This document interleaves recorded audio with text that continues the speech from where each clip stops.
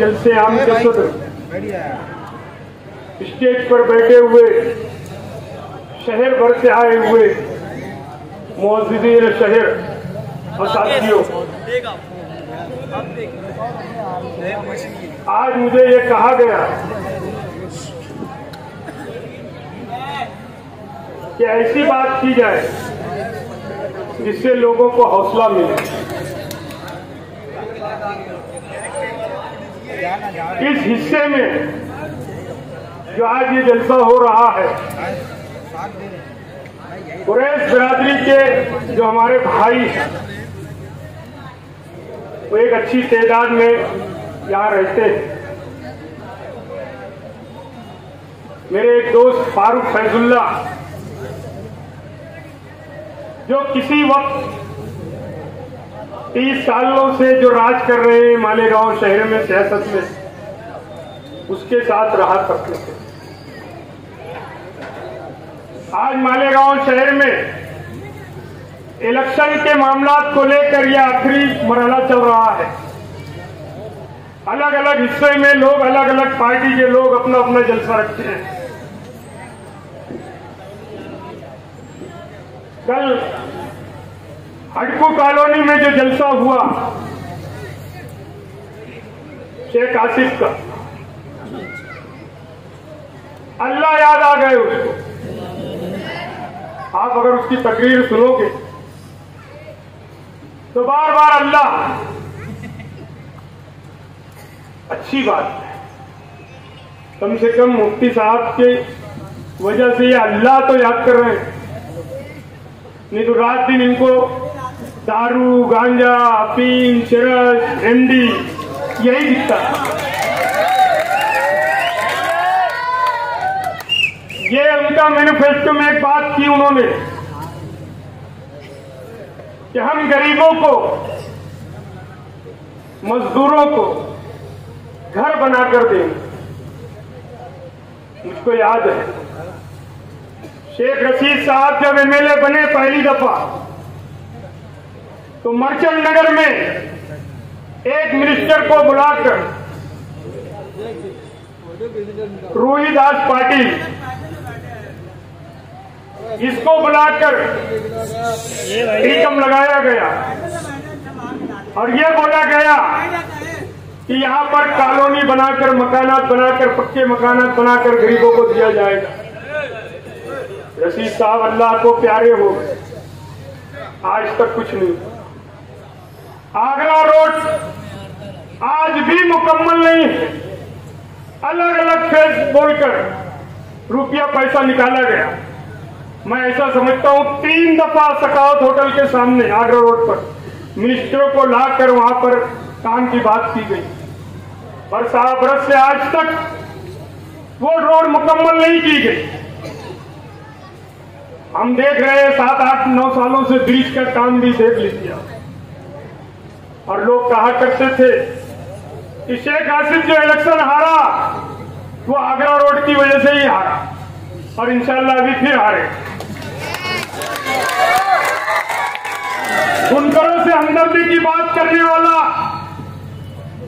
परसों यूसुफिया मस्जिद के सामने या यूसुफिया मस्जिद की गली में एक मकान में 25-30 बुनकरों को इकट्ठा करके बुनकरों की हमदर्दी में बात कर रहा है और ये कह रहा है कि आप लोग कोशिश करें, आप लोग तमाम बुनकरों को साथ लाएं, मैं उनका काम करूंगा। बड़े बुनकर के हमदर्द बुनते हैं ना। आज भी वो क्या कह रहे हैं, बुनकरों को मेरे पास लाओ। जब इलेक्शन हारे तो तेरे 40-35 याद दिलाए कि तेरे 40-35 चल कर आना होगा। बुनकरों को, कारखानादारों को, सेठ लोगों को, तेरे 40-35 कहने वाला ये शख्स इतने नहीं कहा कि तेरे 40-35 चलकर आना होगा।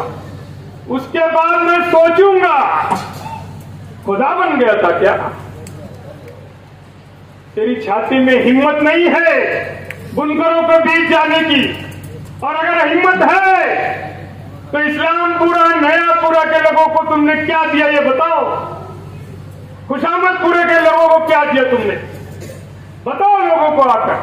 1994 में शेख रशीद सदर बल्दिया बने, तब से आज तक 2024 तक इस्लामपुरा नयापुरा खुशामदपुरा बेलबाग कहां क्या दिया तुमने ये बताओ।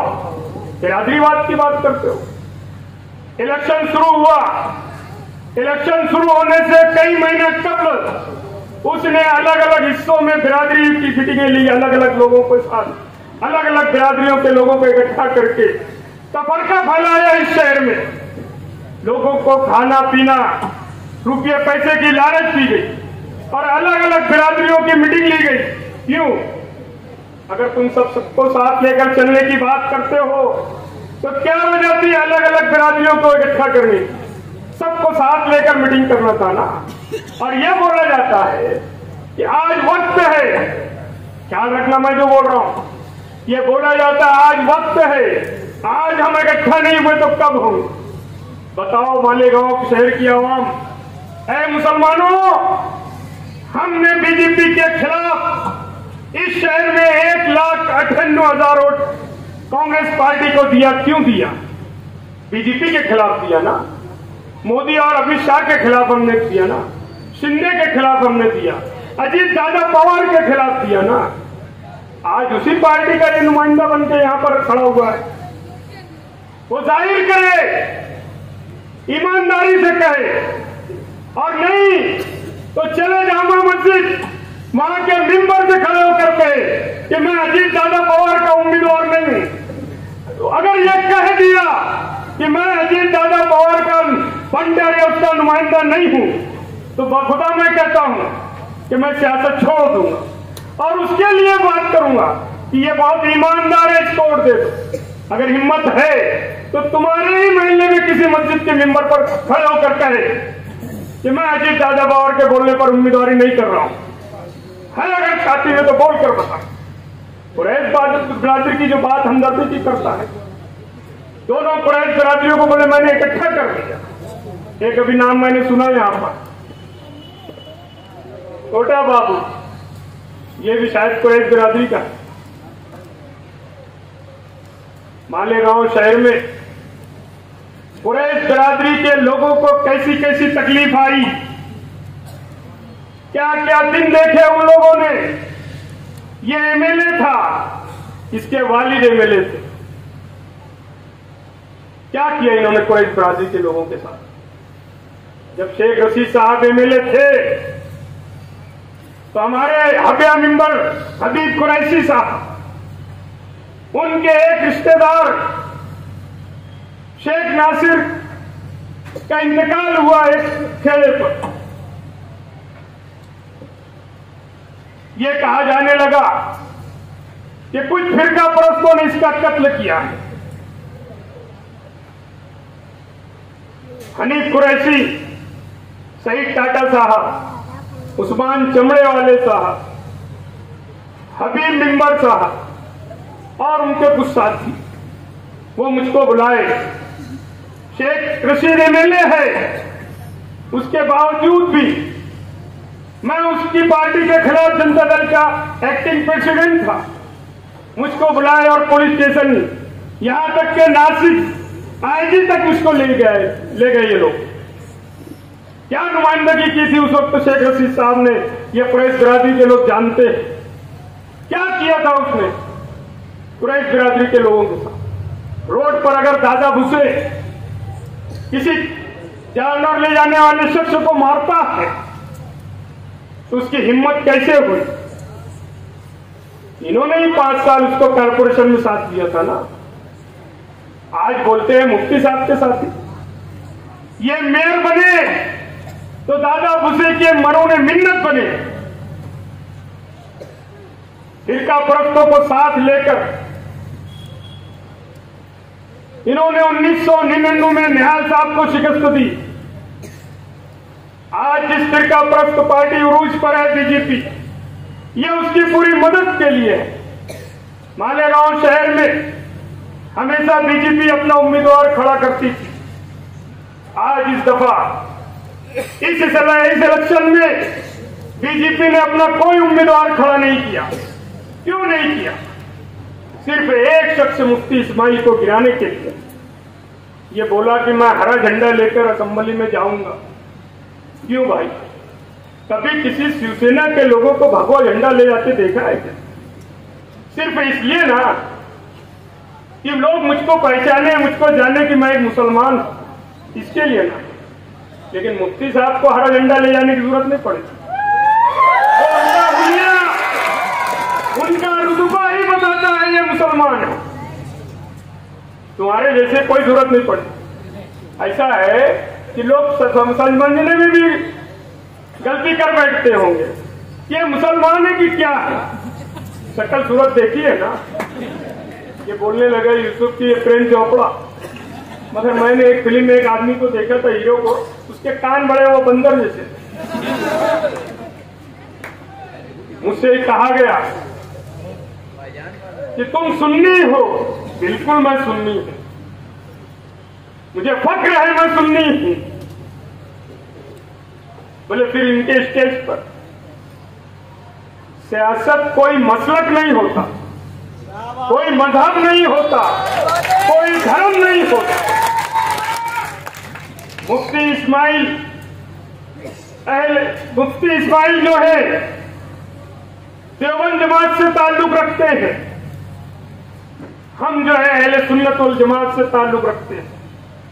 लेकिन तारीख ये है इस शहर कि निहाल साहब के बाद सुन्नियों का अगर कोई काम किया है बहैसियत एमएलए, तो याद रखना मुफ्ती इस्माइल ने किया है। जिन लोगों को आज शेख रशीद या शेख आसिफ को कोई अगर ये सुन्नी समझ रहा है तो गलती पे है। शेख रशीद ने कभी अपनी एमएलएशिप 10 साल की, शेख आसिफ ने अपने 5 साल की एमएलएशिप या इनके 10 साल के मेयरशिप में इन्होंने कोई सुन्नियों का काम नहीं किया। अलबत्ता मुफ्ती साहब ने किया। आयशा नगर कब्रिस्तान में जो हॉल बना जनाजा, ये 60 लाख रुपया मुफ्ती इस्माइल के दिए। लतीफिया अशरफिया मस्जिद जामतुस सालिहात के आगे जो है उसके बाजू में हॉल बनाकर मुफ्ती इस्माइल ने दिया। ये हमारे सुन्नियों की जगह है। जिस बात को आड़ बनाकर हमारा एक अशरफी भाई है जिसको उर्फ आम में लोग ठंडी बुआ कहते हैं, वो ठंडी बुआ जो कभी मुस्तकिल मिजाज में रहता, अभी नाटक किया मुफ्ती साहब को देखने जाते। तू कहां कहां रोता है, कहां कहां क्या उतरता है, ये मुझको मालूम है। ये ख्याल रखना। जिस मदरसे का आड़ लेकर ये अशरफिया मदरसे का मुफ्ती साहब ने काम नहीं किया वाल कंपाउंड का, वो काम जारी है। हमारे दारुल अहले सुन्नत खानका अशरफिया के मदरसे का काम मुफ्ती साहब वाल कंपाउंड का कर रहे हैं। इतना ही नहीं, मैं अभी सुन्नियों की बात कर रहा हूं। इतना ही नहीं, हमारा जो ताजिया घर बना है मालदा शिवार में, जो मुफ्ती साहब का हल्का नहीं है, वो ताजिया घर के पास एक रोड सीमेंट कंक्रीट का भी मुफ्ती साहब ने दिया है हमको मंजूर कर। ये सुन्नियों का काम है। बाकी और मामला भी जो है दारुल हनफिया सुन्निया ये जो आगे बना है दरेगांव में, वहां का भी रोड मुफ्ती साहब की देन है। तो जितना काम सुन्नियों का मुफ्ती इस्माइल ने किया है, ये बाप बेटे ने नहीं किया। और उसके बाद अगर कोई सुन्नी ये बोले कि मैं इनके साथ नहीं उनके साथ रहूं, मुझको मालूम है रुपये पैसे की क्या क्या करेलते लोग। साइकिल पर चलने वाले लोग, एक साइकिल पर चल रहा था, मैं इसको देखा, इसराइल का लड़का हाशिम, मैं उसका शुक्रिया अदा करता हूं। मैं इस नौजवान को देख रहा था अभी, तो बड़ी खुशी हुई मुझको कि साइकिल से उतरा। जमाना तरक्की कर चुका है, लोग हवाई जहाज पर चलने लगे, साइकिल पर चलने की बात है। मुझसे ना कहा गया था कि यहां मैं बोलूं, तो मेरी गुजारिश है कि थोड़ा बोल लेने दो। तो जो ये कहा गया इस शहर में सुन्नियों की बात, मैं अगर मुफ्ती इस्माइल के साथ आया हूं तो मसलक की बुनियाद पर नहीं, उनकी जो सादी छवि है उसको देखकर आया हूं। मैंने अपने सुन्नी उलमा से, हमारे मुफ्ती से मशवरा किया और उनसे बात करके मैं इस स्टेज पर आया हूं। मुफ्ती साहब के साथ अगर कोई सुन्नी के दिल में कुछ होगा तो निकाल दे मेहरबानी करके। और कौन काम आता है? हम काम आते हैं। बताओ सुन्नियों, ईद मिलादुन नबी के जुलूस में कभी ये बात की क्या? हर साल ये जुलूस में रहता था। सैयद अमीरुल कादरी साहब का यह हार पुल करता था, यूसुफ का भी हार पुल करता था, मुखालफत के बावजूद। यूसुफ इस साल क्यों नहीं आया? क्यों नहीं आया ईद मिलादुन नबी के जुलूस में? लेकिन 24 घंटा नहीं होता, गणपति के जुलूस में कुसुम्बा रोड पर हाजिर होता है। क्या वजह है? क्या बीजेपी के कहने पे नहीं आया था? शिंदे के ग्रुप से, अजीत दादा पवार के ग्रुप के कहने पर नहीं आया था ईद मिलादुन नबी के जुलूस में? और सुन्नियों से हमदर्दी की बात होती है। मुफ्ती साहब की बीमारी पर कुछ लोग बड़े खुश, कुछ लोग तो ये भी कहने लगे हमारा इलेक्शन अच्छा हो गया, सीधा हो गया, हम जीत गए। इस शहर की मिसाल है, हमने 1000 खोली के एक शख्स को जो जेल में था, जनता दल ने उसको टिकट दिया और जेल में रहते हुए उसको चुन कर लाया। अगर कोई खुशफहमी भी होगा कि मुफ्ती साहब दवाखाने में हम जीत गए, वो गलत फहमी में। मुफ्ती साहब अगर दवाखाने में भी रहे तो इससे ज्यादा वोटों से चुन के आएंगे, ख्याल रखना। लोगों की हमदर्दी मुफ्ती साहब के साथ है। तुम पेड़ा बांटो कि लड्डू बांटो, 23 तारीख को हरा लड्डू बटेगा। मैं इस हिस्से के लोगों से गुजारिश करता हूं कि कोई डरने की जरूरत नहीं, कहीं कोई डर और खौफ की जरूरत नहीं है। बिना डर और खौफ आप लोग रोड पर निकलिए, मुफ्ती साहब का काम कीजिए। कौन कितना बहादुर है मुझको मालूम है। अगर कोई मुंडी हिलाए और कोई आंख दिखाए तो आप 20 तारीख तक उसकी मुंडी और आंख देखिएगा, और 23 तारीख को हम बताएंगे किसकी मुंडी किसकी आंख। कानून से हम हर वो काम करेंगे जो सोच भी नहीं सकते। आखिर में मैं गुजारिश करता हूं आप लोगों से कि आप लोग 20 नवंबर के होने वाले असेंबली चुनाव में आप अपना कीमती वोट MIM के जो उम्मीदवार हैं, मुफ्ती मोहम्मद इस्माइल कासमी साहब, जिनकी निशानी पतंग है और मशीन पर 5 नंबर की बटन है, मैं आप लोगों से गुजारिश करता हूं कि 5 पंचतन के सदके में मुफ्ती इस्माइल साहब को कामयाब करें। आप लोगों ने मेरी बात सुनी, आप लोगों के शुक्रिया के साथ